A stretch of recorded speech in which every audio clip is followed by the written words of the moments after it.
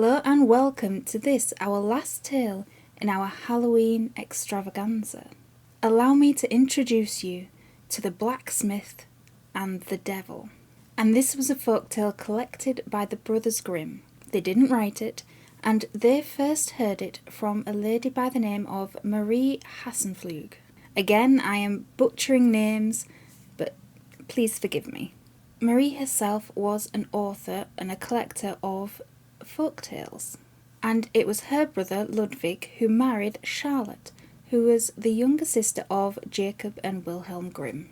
And this tale was included in the first version of the Children's and Household Tales published in 1812, and it was again included in the republication in 1815.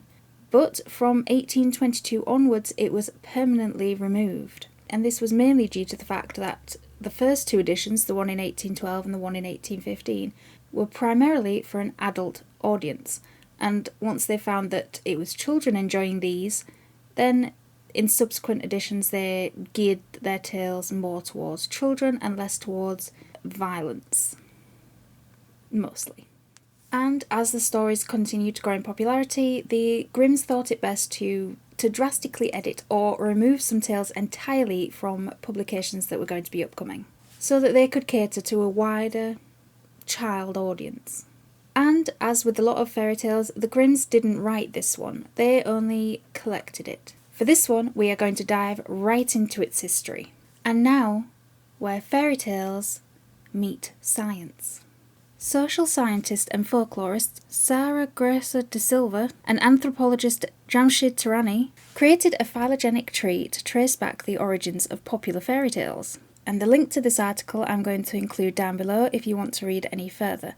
But analysis revealed that some of the tales were based on Indo-European languages that have since gone extinct, and that certain tales had their roots in much older tales. By looking back to the point where Western and Eastern languages split, the researchers found themselves tracing back some of these stories to a point in history some 6,000 years ago. For context, these tales originated in the Bronze Age, 2000 BC to 700 BC, which makes certain folk tales and fairy tales predate certain Greek myths and the Bible. And the Blacksmith and the Devil is one such tale. So with an opening like that, how could we not just dive straight in? Now our tale opens with a blacksmith who enjoyed the finer things in life. He squandered his money and carried on many lawsuits just to be an ass. And after many years of this, he did not have a single penny left to his name. Now as he had lost everything, the blacksmith thought to himself that why should he torture himself and continue in this world? He went into the forest with a rope over his arm with the intention of hanging himself from a tree. And just when he was about to put the rope around his neck, a man with a long white beard came out from behind the tree, and he carried with him a very large book. Now the man said to the blacksmith that if he wrote his name down in this book, that he would have 10 years of a very good life, but once the 10 years was up, the man would come for him. The blacksmith, of course, asked who the man was, and the man answered that he was the devil. And the blacksmith, in turn, asked him what he could do. The devil said that he could make himself as tall as a fir tree and as small as a mouse. And the blacksmith, still with the rope around his neck, asked the devil if he would prove it, which the devil duly did. The blacksmith threw off the rope around his neck and promptly stepped down, took the book from the devil's arms, and wrote his own name in it. Now, after he had signed his name, the blacksmith went on his merry way all the way home, and as he stepped through the door, he found that all his pockets, all his chests, all his boxes were overflowing with gold coins, and they always replenished no matter how much he took out of them. And so the blacksmith began his merry life again, even inviting his friends to take part in his playboy lifestyle, and he was the happiest man in the world.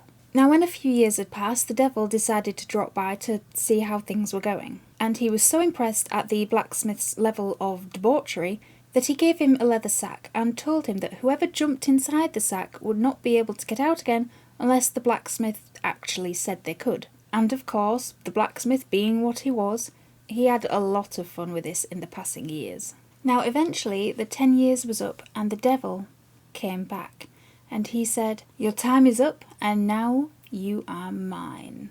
"All right," the blacksmith said, and he swung his sack over his shoulder and went with the devil. Now they walked until they came to the place in the forest where the blacksmith was originally going to hang himself. And the blacksmith turned to the devil and said that he actually wanted to make sure that this was the devil and not just some imposter.